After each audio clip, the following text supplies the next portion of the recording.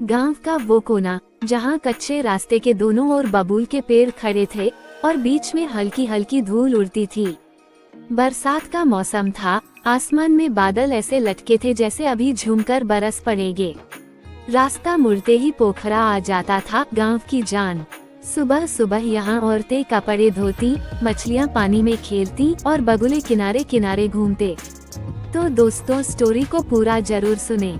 कहानी बहुत रोमांटिक और जोशीला है और इसी तरह की कहानियाँ सुनने के लिए चैनल को जरूर सब्सक्राइब कीजिए।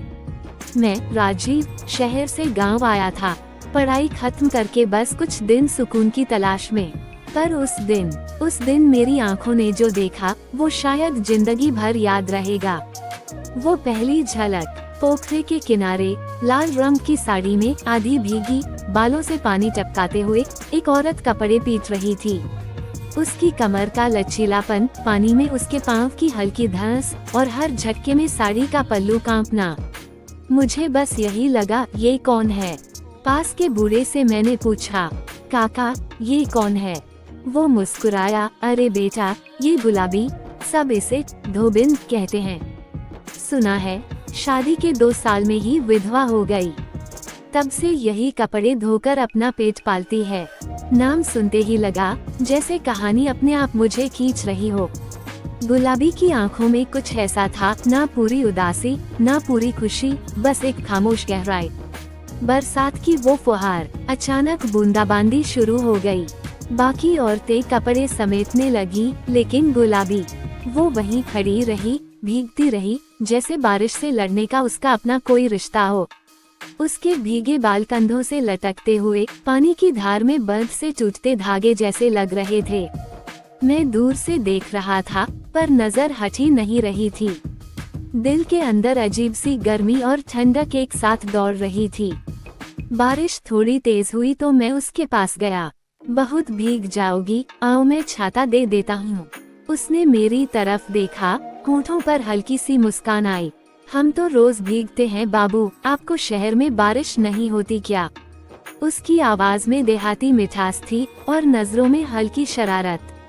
मैं बस इतना ही कह पाया, बारिश तो होती है, पर शहर में ऐसी खूबसूरत पोखर और ऐसी। मैं रुक गया, शायद ज्यादा कह देता तो दिल की बात खुल जाती। बारिश थम चुकी थी, लेकिन पोखरे के चारों ओर की मिट्टी अब भी गीली थी। हवा में मिट्टी की महक थी और दूर से ढोलक की धीमी धीमी थाप आ रही थी। बाकी औरतें कपड़े समेटकर जा चुकी थीं, बस हम दोनों ही रह गए थे। गुलाबी ने कपड़े पीटना बंद कर दिया और पानी में हाथ धोने लगी। उसकी कलाई पर चूड़ियां खनक रही थीं और साड़ी का पल्लू उसके सीने से चिपका था, भीगने से हर रेखा साफ दिख रही थी। मैंने नजरें हटाने की कोशिश की, लेकिन जैसे कोई चुंबक खींच रहा हो। वो पल जब दूरी मिट गई, गुलाबी ने मेरी तरफ देखा और बोली, बाबू इतना देख रहे हो, कपड़े धोने में मदद करोगे क्या? मैं हंसते हुए पानी के पास गया। अगर आपके साथ रहना मदद कहलाता है तो हाँ। मैंने हाथ बढ़ाया, लेकिन गीली जमीन पर पैर फिसल गया, सीधे उसके करीब, इतना करीब कि हमारे चेहरे बस एक सांस की दूरी पर थे। उसके होठों की नमी और आंखों की चमक, दिल ऐसे धड़क रहा था जैसे पोखरे में कोई मछली फंसी हो।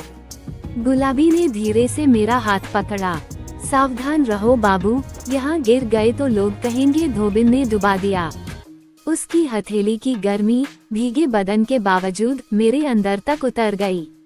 उसने बाल पीछे किए तो पानी की बूंदें मेरे गाल पर गिरीं। पता नहीं क्यों मैंने उसका हाथ नहीं छोड़ा और उसने भी विरोध नहीं किया।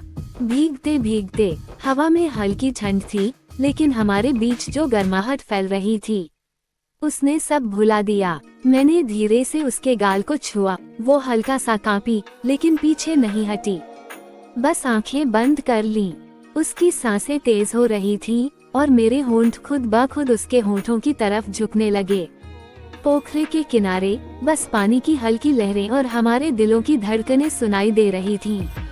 उस पल सब कुछ थम गया था, न बारिश की आवाज सुनाई दे रही थी, न हवा की सरसराहट, बस गुलाबी की तेज होती सांसें और मेरे दिल की धड़कन।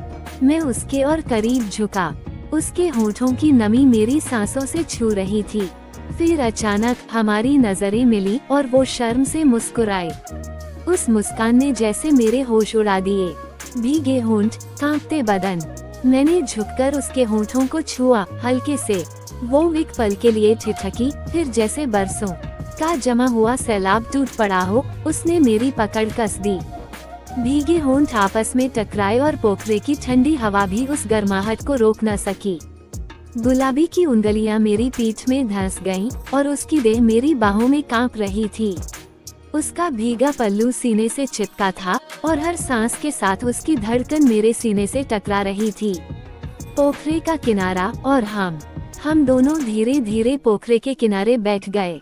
पानी की हल्की हल्की लहरें पैरों को छू रही थीं। मैंने उसकी कमर को बाहों में भर लिया। उसकी देह गर्म थी, लेकिन बारिश से भीगी हुई। गुलाबी ने धीरे से कहा, बाबू, लोग देख लेंगे तो। मैंने उसके होठों पर अपनी उंगली रख दी। ये पोखरा बस गवाह बनेगा और कोई नहीं। उसकी आंखें बंद हो गईं और उसने खुद को पूरी तरह मेरी बाहों में सौंप दिया। जोश की लहर। मैंने उसके भीगे गाल से होते हुए गर्दन को चूमा। वो सिहर उठी और हल्की सी आह निकली। उसकी सांसें बेकाबू हो गईं। उसकी उंगलियां मेरी गर्दन में उलझ गईं। हर छुअन पर उसका बदन पिघल रहा था। हर चुंबन पर उसकी देह और करीब खींच रही थी। पोखरे की मिट्टी, पानी और वो बारिश की महक सब मिलकर उस लम्हे को और भी जंगली बना रहे थे। वो डूबना। गुलाबी ने खुद मुझे कसकर भींच लिया, जैसे बरसों से वो अकेलापन अब टूट रहा हो। हम दोनों भीगे बदन एक दूसरे में ऐसे उलझ गए कि न समय का होश रहा, न जगह का। उसकी हर थरथराहट मेरे जोश को और भड़का रही थी और मैं बस उसी पोखरे के किनारे उसे अपनी दुनिया बनाने में खो गया। शाम ढल चुकी थी। आसमान पर काले बादल तैर रहे थे, लेकिन चांद की हल्की रोशनी पोखरे पर झिलमिला रही थी। पानी में चांदी सी लहरें उठ रही थीं और किनारे पर हम दोनों बैठे थे, अब भी भीगे, अब भी एक दूसरे की बाहों में। गुलाबी की सांसें धीरे धीरे संभल रही थीं, पर उसकी आंखों में एक अजीब सी चमक थी। वो चमक जैसे बरसों का दबा हुआ प्यार और अकेलापन दोनों एक साथ बाहर निकलना चाह रहे हों। रात की खामोशी में मैंने उसकी थोड़ी उठाई। उसके होंठ कांप रहे थे, जैसे कुछ कहना चाहती हो लेकिन शब्द नहीं निकल पा रहे हों। मैंने फुसफुसा कर कहा, गुलाबी, आज बस इतना कह दो कि तुम भी मुझे चाहती हो। उसकी आंखें भर आईं। उसने मेरे गाल पर हाथ रखा और धीरे से बोली, बाबू, चाहना तो कब से चाहत हूँ, पर डरती हूँ दुनिया से। ये कहते ही उसने खुद को पूरी तरह मेरी बाहों में छुपा लिया। मैंने उसे कसकर बाहों में भर लिया। उसकी भीगी साड़ी अब और भारी हो चुकी थी। मैंने उसका पल्लू हटाया और उसकी सांसें एकदम तेज हो गईं। उसका बदन मेरे सीने से ऐसे चिपक गया जैसे कोई महीनों की प्यास बुझा रहा हो। गुलाबी ने मेरे कंधे को दांतों से हल्के से काट लिया और वो उस आह ने मेरे अंदर आग लगा दी। हम दोनों पोखरे की भीगी मिट्टी पर गिर पड़े। ऊपर आसमान, चारों तरफ झींगुरों की आवाज और बीच में हम। मैंने उसके होंठों पर फिर से अपने होंठ रखे, लेकिन इस बार वो चुंबन हल्का नहीं था।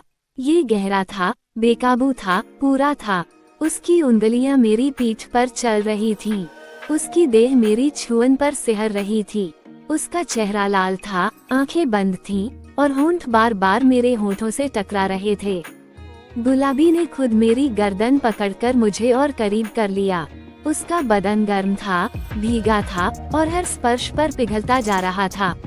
पोखरे की मिट्टी हमारी हरकतों से गीली हो रही थी, लेकिन हमें किसी चीज का होश नहीं था।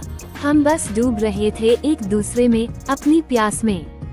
गुलाबी का इकरार। काफी देर बाद, जब हम थक कर एक दूसरे के पास लेटे थे, गुलाबी ने धीरे से फुसफुसाया, बाबू, ये पहली बार है कि मैंने किसी को इतना पास आने दिया। तुमने मुझे फिर से औरत होने का एहसास दिलाया है। उसकी आंखों से आंसू बह रहे थे, लेकिन वो आंसू खुशी के थे। मैंने उसके माथे को चूमकर कहा, अब तुम कभी अकेली नहीं रहोगी। ये पोखरा गवाह है। आज से मैं तुम्हारा हूँ, हमेशा के लिए। गुलाबी ने मुझे कसकर गले लगा लिया। उसके होंठ फिर से मेरे होंठों को खोजने लगे। और वो रात पोखरे के किनारे सितारों के नीचे हमारे मिलन की रात बन गई। तो दोस्तों, ये रोमांटिक कहानी कैसी लगी प्लीज मुझे कमेंट करके जरूर बताएं।